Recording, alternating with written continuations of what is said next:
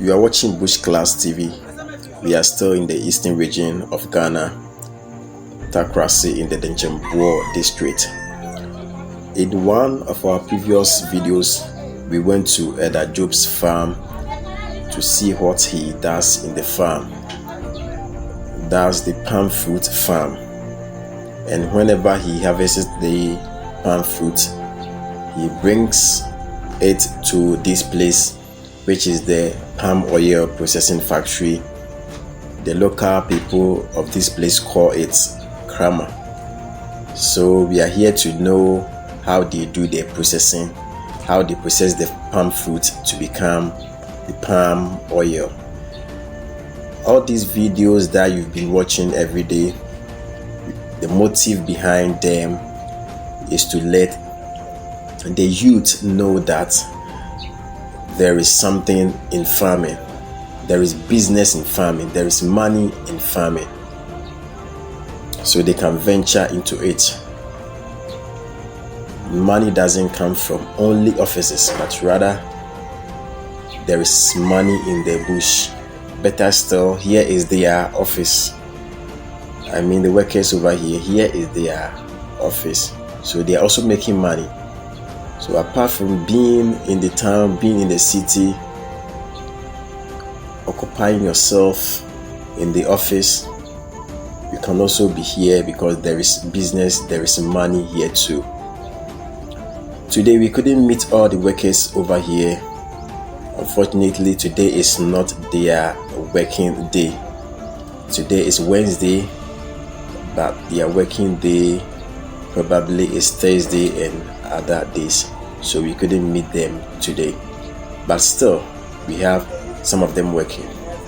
We have one of their workers who is ready to speak to us and then let us know the details of what they do here.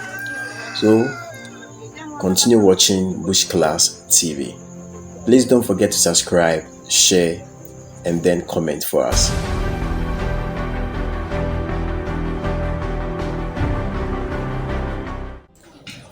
Mami pacho didi ka maybe sa udin ene dia wo ye wa udi bia ewo. Mami pacho. Okay mama. Me din dia ma ebo a. Me no abe ewa ha. Pacho bese mbedu do sen na wo sha ase ye adwuma wa. Pacho 7 years. E bi kama na na e start 7 years. It's not say adwuma no e sha ase 7 years ni. And also sha ase no 7 years ni. Okay. Pacho nti ye be bone tofa adwuma ya wo mu wo hu ne se bi pese bi oba adwuma yi bia wo hu ne se obeka sen na achi san nipa Adwuma ya mo mu yi de ya hoto adwuma nkasa e ha de o how bi ani ha e de ya ti nipa yi na wa wa tu bi ka so ba no se agina wa tu ni agina atu no wa ba.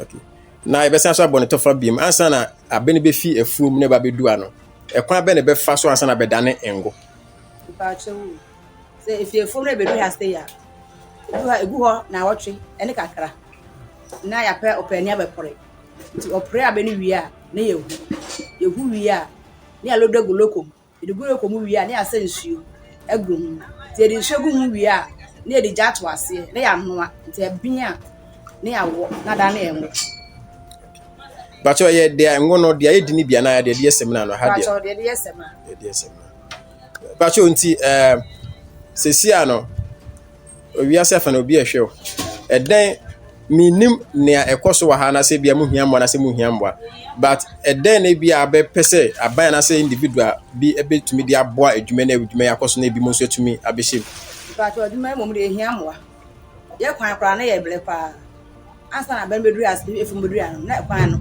be bi ha yen pa e na ensuo nso eyi a atim be fire be e wa ha pa ti na hiambo pa wa ha a fesika ye di kan akọ eda efum ho na yekutwitwa mbeni ade no na ade titu nti aye ne se eye youth na aba no obi ho a onim se efum dwuma no se bio enfaso bi ene so nti opese okotena office no ye dwuma na efutuo ben na wode be ma youth no because we ye dwuma pa afa nipa dodo ewo nti efutuo ben na ade be ma youth no na before so de efutuo no be ma no message so be che me nipa dodo a o kan wani a eye dwuma ewa ha nipa dodo e bebre best in fact, all kind of near a bit to me 20 and maybe a 30 and a 10. A bit 20. But 20 bema you to know what I had but and I'm what I had needed 50 per each. The say you may am manipa back 50 and a juma aye okay. Timpacho if you bena the bema you to know and as you be a person who shares a juma way. A man will an ordering. The case of manager the neighbor, adding pa and so. Eja, the Kangakra. Never can Mabuno. Almost be your money, said the kind be any, I almost had a shame man. Almost summer, a bedroom.